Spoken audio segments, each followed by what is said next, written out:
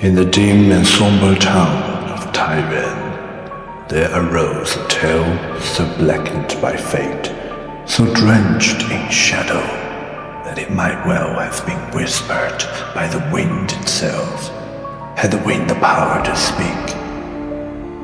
When a man of no particular distinction began his day as any man might, a quiet, unremarkable morning, fraught with the weight of mundane existence. Yet, on this morn, when the air hung thick with an unnatural stillness, when the light of the sun itself seemed reluctant to bathe the earth, fate stirred in the shadows.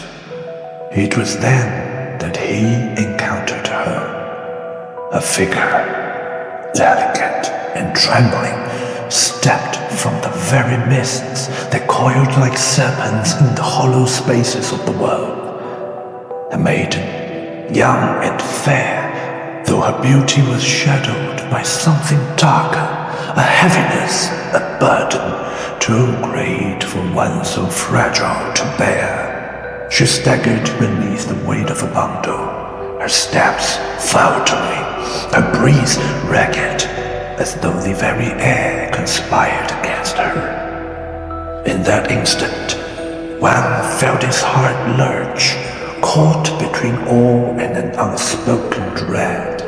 He approached her, as if drawn by an invisible force, yet that force was not one of warmth or desire, but of something far colder, far more sinister.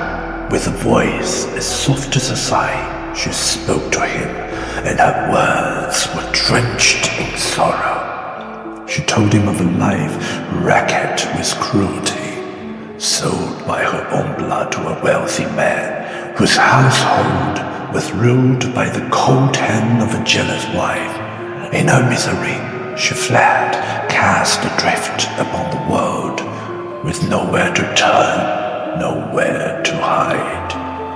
While bewitched by the delicate curve of her lip, by the faint quiver in her voice, offered her sanctuary within his home. And thus, with blind naivety, he led her to his dwelling, a place hollowed by solitude, a place untouched by the warmth of human life.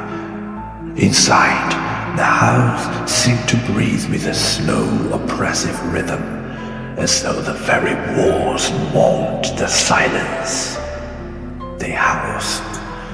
She entered without hesitation, yet her eyes gleamed not with gratitude, but with a gleam that reflected something far darker, as though she were a thing not of this world, but of some twisted reflection of it. She spoke little, and one that unknowing fool did not question her silence.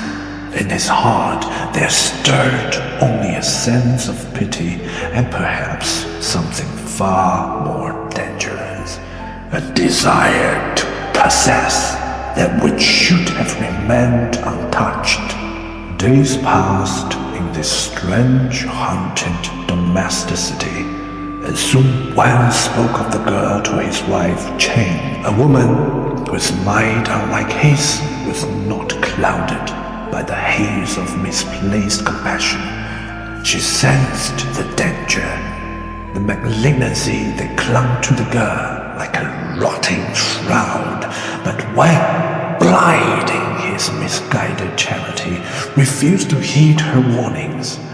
It was then, as though summoned by the very force that haunted one, that he met the Taoist, a figure cloaked in the trappings of ancient wisdom, whose eyes pierced through the very veil of reality, revealing truths too terrible to be borne. The Taoist gazed at one with an intensity that chilled him to his core, and with a voice that trembled not with fear, but with a kind of sorrowful certainty.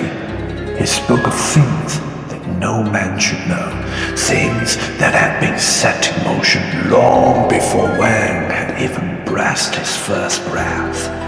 He told Wang that he had already been marked, that his soul had been touched by darkness, and that he was not the savior he believed himself to be, but the damned.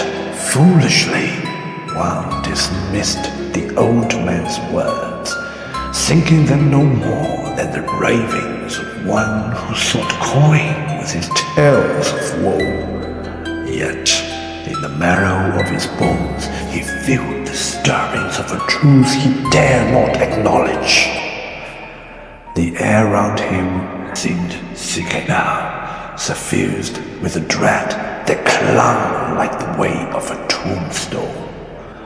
That very night, in the stillness of his study, Wang felt gnawing compulsion to peer through the window, to glimpse the truth that had been hidden from him.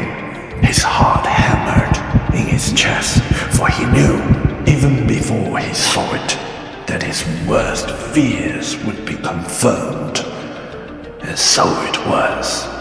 In the dim light of the moon, he saw her, no longer a fragile maiden, but something monstrous, something abominable.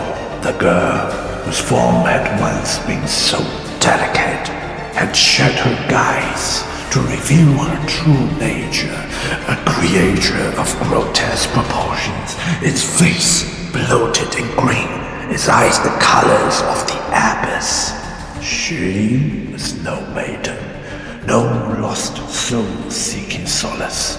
She was a Huapi, a demon, a creature of ancient and malevolent evil. The truth struck Wang as a blow to the heart, and he recoiled in horror, his mind shattered by the revelation. Desperately, he fled, seeking the towers for aid, but the road to salvation was not easily traveled, nor was it paved with the balm of mercy. The Taoist, in his infinite wisdom, placed a talisman upon Wang's door, a charm that could, perhaps, ward off the evil for a time. But such measure, the Taoists know, could not last forever. And so it was that on the darkness of nights, when the winds howled and the air tasted of iron, the Huapi returned. Talisman shattered under her fury. The door splintered in a single violent motion, while, now fully aware of the doom that awaited him, could not move, could not even cry out. The demon was upon him in an instant, her claws sinking deep into his flesh, her cold hands grasping his heart. In one swift motion, his life was torn from him. His body left a lifeless husk, a thing of no more value than a corpse in the ground. When Chen found her husband's body, mutilated and cold, her scream echoed through the house, a cry that could not pierce the impenetrable silence of the world. She too was lost. A woman driven to the edge of madness by the unspeakable horror that had claimed her beloved. Yet, though death had claimed one, there remained a shred of hope, a last faint whisper that perhaps all was not lost. The Taoist spoke of a mad beggar, a creature whose very presence mocked the laws of life and death.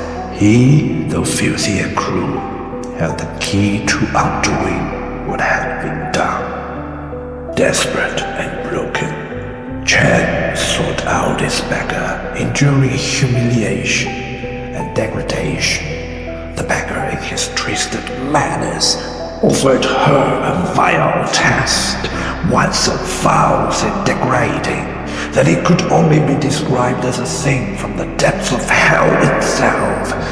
He asked her to consume his button, the very essence of degradation, for only by swallowing these fears could she hope to reclaim her husband's life?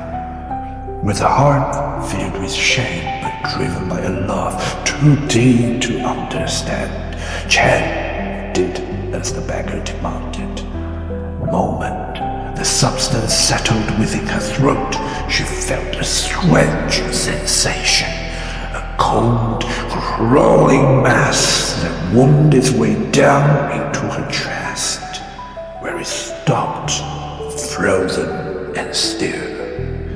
And then, as if in answer to some dark, eldritch command, the heart of one erupted from her throat, a still-beating, warm heart, its pulse echoing in the silence. In that moment, life returned to his body. But what life had returned? Was it one who had been resurrected, or something else entirely, something forever altered by the horrors they had both witnessed? As Chen gazed upon her husband's rising form, the questions that plagued her were far worse than any sorrow or grief, for in that moment she knew that no matter how deep they might bury the past, the darkness would forever be with them. And so Wang breathed once more, but not as the man he had been, and Chen, though she had restored him, could not escape the creeping dread that their lives, once so normal, had been forever changed, marked by the indelible stamp of the Hua Pi.